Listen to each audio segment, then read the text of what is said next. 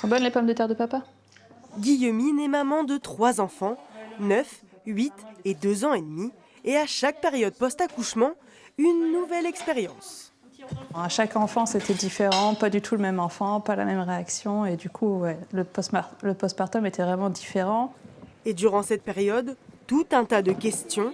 Comment comprendre les besoins de son enfant, apprendre à équilibrer sa vie de femme et de mère. Alors une fois par mois, elle partage son expérience avec d'autres mamans. C'est bien d'avoir ce temps-là, du coup, entre mamans, sans les enfants, sans le quotidien. Donc c'est sympa. C'est à Doulan qu'elles se réunissent. À chaque réunion, un thème est abordé. Pour cette séance, les objectifs de 2026 sont à l'honneur.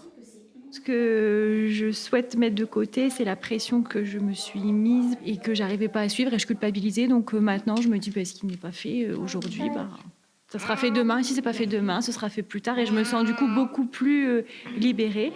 Une parole libérée, un temps d'échange précieux. Le fait d'habiter à la campagne, je trouve qu'on est plus isolé. Et du coup, ici, avec la postpartum, on a vraiment ce moment de rencontre avec d'autres mamans qui habitent dans un même secteur. Et oui, on se sent plus, plus accompagné et entouré.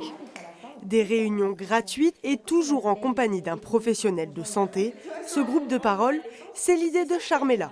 Le rôle de l'association, c'est de prévenir la dépression postpartum et de fournir une écoute, un soutien, une aide aux mamans qui pourraient potentiellement vivre une dépression postpartum.